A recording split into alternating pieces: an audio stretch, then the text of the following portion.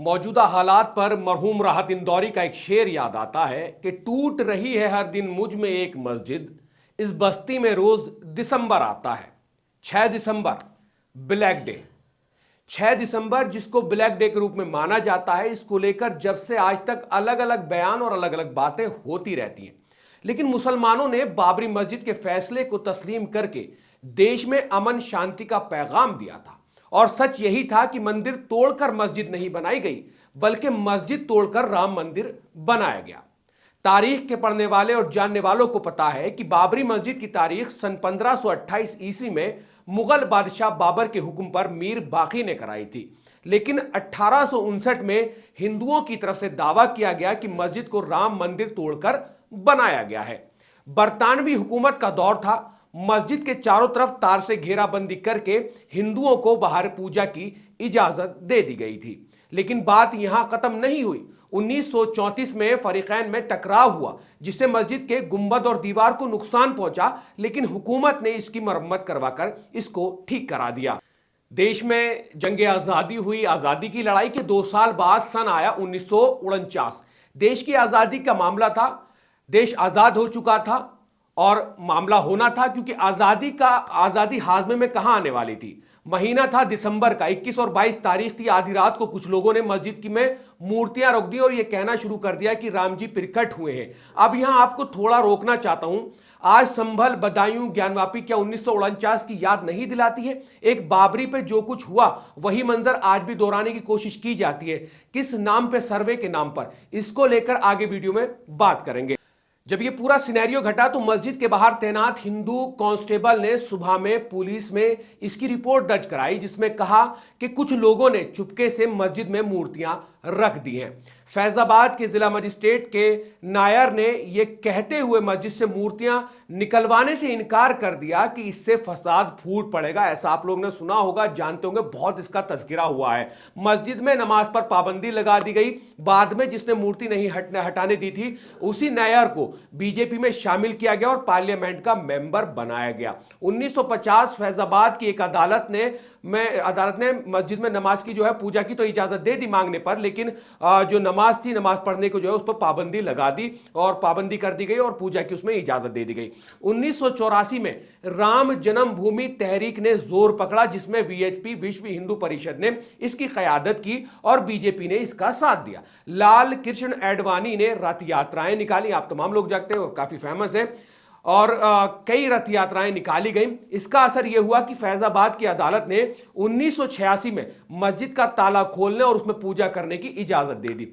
इसके लिए मुल्क भर में मुसलमानों ने एहतजाज किया। मुसलमानों ने एक तहरीक कायम की जिसका नाम था बाबरी मस्जिद एक्शन कमेटी, क्योंकि जब इस तरह का मामला बना था तो हिंदू मुस्लिम तनाज़े फसाद भी होना तय था। 1989 में एक पूजा की इजाजत दी गई। उस पूजा में वो ईंटें पूजी गई जिसका इस्तेमाल राम मंदिर बनाने में किया जाना था। और ये शिला पूजन की इजाजत कब दी गई? राजीव गांधी की सरकार ने मस्जिद के सामने पूजा करने के लिए इसकी इजाजत दी थी। सन 90 में लाल कृष्ण आडवाणी ने एक बड़ी रथ यात्रा निकाली गुजरात से अयोध्या, जिसके मुंतजिम हमारे देश के वजीर आजम नरेंद्र मोदी थे।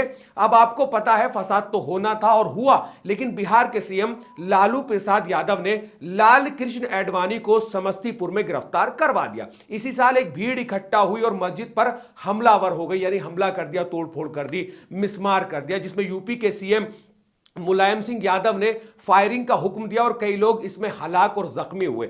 1991 में बीजेपी मुल्क में दूसरी बड़ी पार्टी बन के सामने आई और उत्तर प्रदेश में कल्याण सिंह की सरकार कायम हुई। अब यहां आता है प्लेसेस ऑफ वर्शिप टैक्स, जिसकी अब लगातार बात हो रही है। संभल मस्जिद को लेकर ये तमाम लोग अच्छे से जान गए। 1991 में मरकजी हुकूमत ने वर्शिप एक्ट बनाया, जिसके मुताबिक इबादत गाहों तक की जो पोजीशन को है वो बरकरार रखा गया 1947 की। और ये कहा गया कि उनके साथ छेड़छाड़ ना की जाए। वो तमाम आप चीजें जानते हैं, वर्शिप एक्ट के अंदर जो आती है, बताया गया था जो जिसका स्ट्रक्चर है वह वैसा रहेगा। लेकिन वीएचपी और बीजेपी की जो तहरीक थी वो जोरों शोरों से तैयारी में थी और बिल आखिर 6 दिसंबर, जिसको ब्लैक डे कहा जाता है, 1992 को अयोध्या में पूरे मुल्क से बुलाई गई भीड़ ने मस्जिद के साथ क्या किया वो आप तमाम लोग बहुत अच्छे से जानते हैं। मस्जिद को मिस्मार कर दिया गया, बेदबी की गई, गुंबदों पे लोग चढ़ गए और सब कुछ किया गया। तमाम लोगों ने आपने देखा है। इस सब को रोका जा सकता था, कांग्रेस की सरकार थी, कोई एक्शन रिएक्शन नहीं किया। सारा मंजर-ए-आम देखने के बावजूद कोई खास तवज्जो नहीं दी गई। उस वक्त देश के वजीर आजम नरसिम्हा राव थे, इसीलिए इल्जाम लगता है कि उन्होंने मस्जिद को बचाने की कोई कोशिश नहीं की। दूसरी तरफ कल्याण सिंह ने भी कोई खास कोशिश नहीं की, बल्कि इन तमाम लोगों को बसों और ट्रेन से बाहिफाजत घर भेजा गया जो मस्जिद को मिस्मार करने में शरीक थे। बाद में कल्याण सिंह ने इस्तीफा दे दिया था। 1992 में इसकी जांच के लिए लिब्राहन जांच कमीशन का ऐलान किया गया। सीबीआई ने जांच में अडवाणी समेत 32 लोगों को मस्जिद के इनहदाम का मुल्जिम करार दिया। सुप्रीम कोर्ट ने 1994 में कल्याण सिंह को बाबरी मस्जिद के इनहदाम का कसूरवार पाया और उन्हें अदालत में एक दिन खड़े होने की सजा दी और 20,000 रुपए का जुर्माना भी उन पर आयद किया गया। लखनऊ की सीबीआई की खुसूसी अदालत ने 30 सितंबर 2020 को एडवाणी समेत तमाम मुल्जिमों यानी तमाम इल्जामात से उन तमाम लोगों को बरी कर दिया। लिब्राहन कमीशन ने अपनी रिपोर्ट 30 जून 2009 को उस वक्त के वजीर आजम डॉक्टर मनमोहन सिंह को पेश की, जिसमें उसने नरसिम्हा राव हुकूमत को बाबरी मस्जिद इनहदाम का कसूरवार करार दिया था।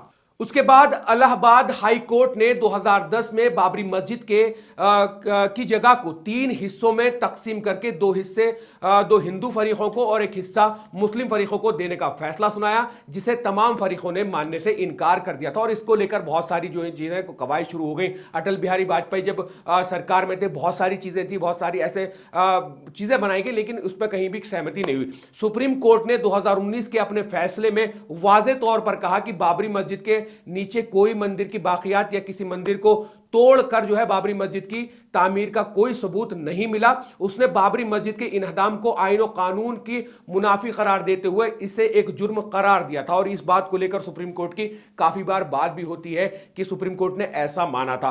तो आज जो कुछ हम हिंदुस्तान में देख रहे हैं, संभल की शाही जमा मस्जिद हो या फिर बदायूं की मस्जिद हो या फिर ख्वाजा गरीब नवाज की दरगाह हो या दिल्ली जिसको दिल कहा जाता है, जो देश की राजधानी है, वहां की जमा मस्जिद हो, उसकी सीढ़ियों को तोड़कर खोदने की बात हो या सर्वे की बात हो, तो इन तमाम चीजों में कहीं ना कहीं 1949 जो है वो हमें याद आ जाता है, जो आदि शब को मूर्तियां रखकर ये कह दिया था कि राम जी प्रकट हो गए। अब सर्वे के नाम पर मस्जिद में बढ़कर यही कहा जाता है कि कहीं शिवलिंग आ गया है, कहीं हिंदू धर्म की जो है वो दीवारों पर बहुत सारी चीजें बता दी जाती हैं। तो ये दरअसल मसला क्या है, कहीं ना कहीं अब जब एक प्लेसेस ऑफ वर्शिप एक्ट बना था जिसको लेकर लगातार बात हो रही है, याचिका डल रही है, ज्ञानवापी मस्जिद की जो कमेटी है वो भी वहां पहुंच गई है, मुस्लिम पर्सनल लॉ बोर्ड से लेकर एक तमाम जो है वो कोशिशें चल रही हैं कि जो ये कानून है ये बना रहना चाहिए और किसी का भी स्ट्रक्चर नहीं बिगड़ना चाहिए। तो ये हमें बाबरी मस्जिद की याद दिलाती है।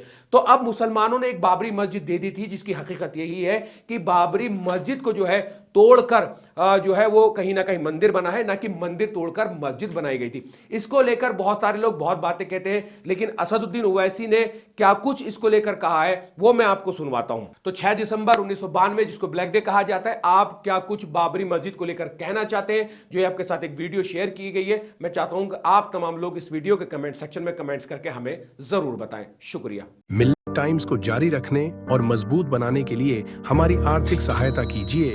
ये एक आजाद मीडिया हाउस और कमजोरों की आवाज है। आप हमें देखें, सुने, पढ़ें और हर महीना ज्यादा नहीं, सिर्फ 100 रुपए से मदद करें। डिटेल्स डिस्क्रिप्शन में मौजूद है।